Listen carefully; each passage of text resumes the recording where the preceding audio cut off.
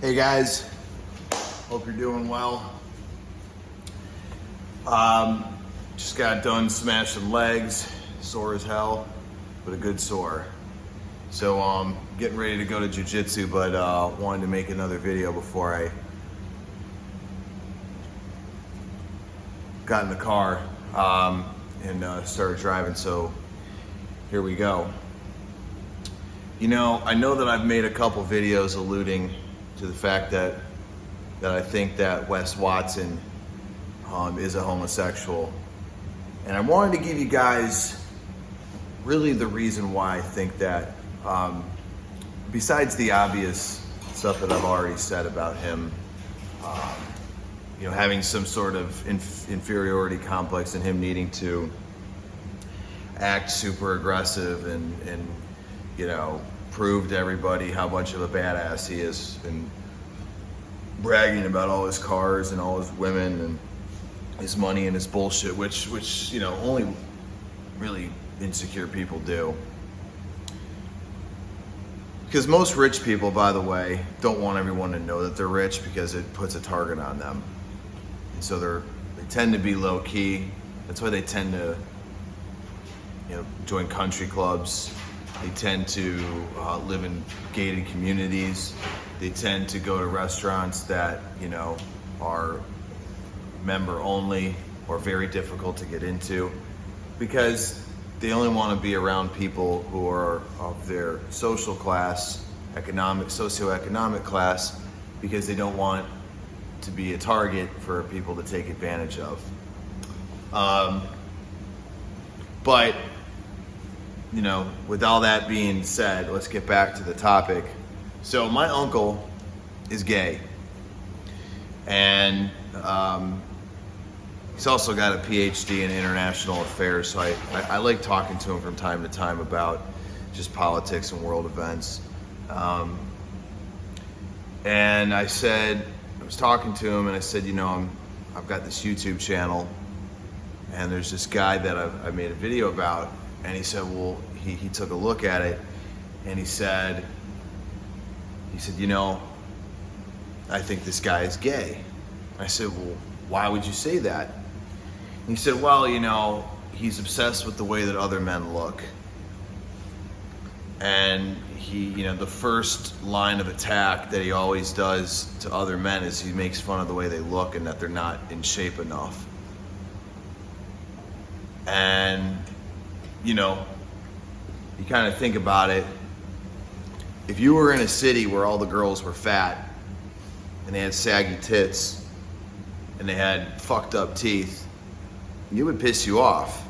You know, we want to be surrounded by attractive women, right? If you went to the gym and there's like, you know, 250 pound, nothing but 250 pound heifers on the squat rack and on the bench press, and where all the barbells are and the free weights and every machine, the lat pull down, the rows, it would piss you the fuck off. It gives you a little bit of a boost to be working out in front of some attractive women.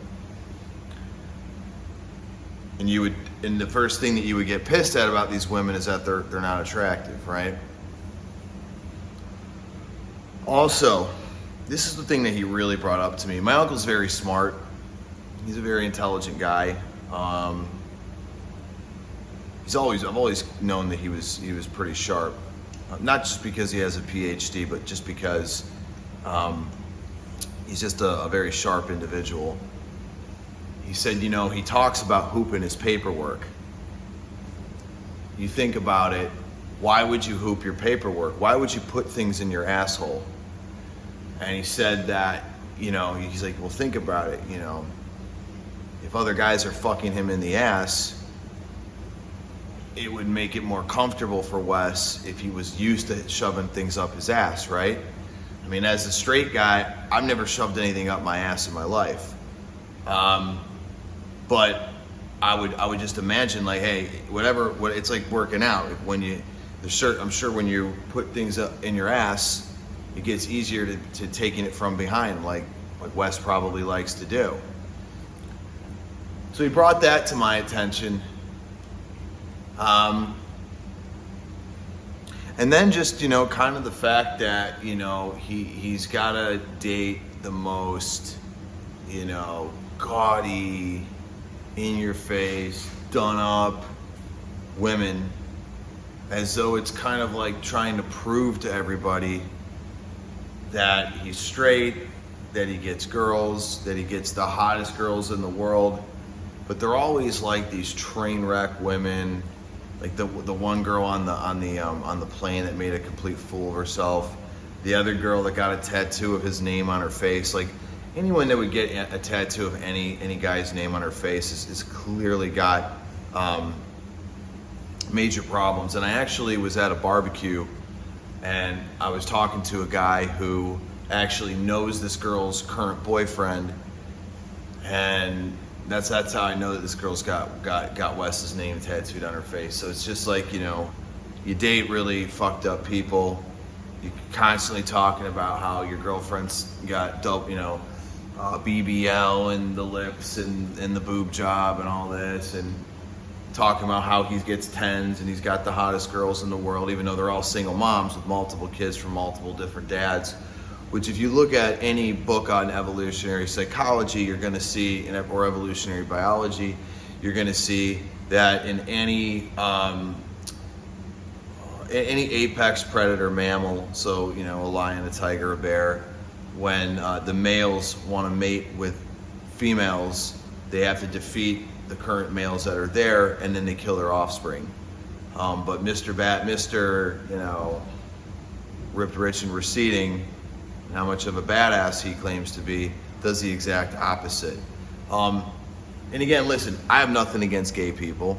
I have nothing against Wes being gay. I don't think that takes away from anything that he says. I mean, I think his message is really, again, I'll say it again, I think his message is amazing. How he carries himself, you know, that's obviously, you know, not consciously congruent, to use his terminology. So, guys, that's why I think that he's gay. And I'm not even saying this to defame him or to talk shit or to insult him, because I don't have anything against gay people. I really don't give a fuck. I live as long as, you know, as long as they know where I stand. They don't fuck with me. Hey, it is what it is, you know.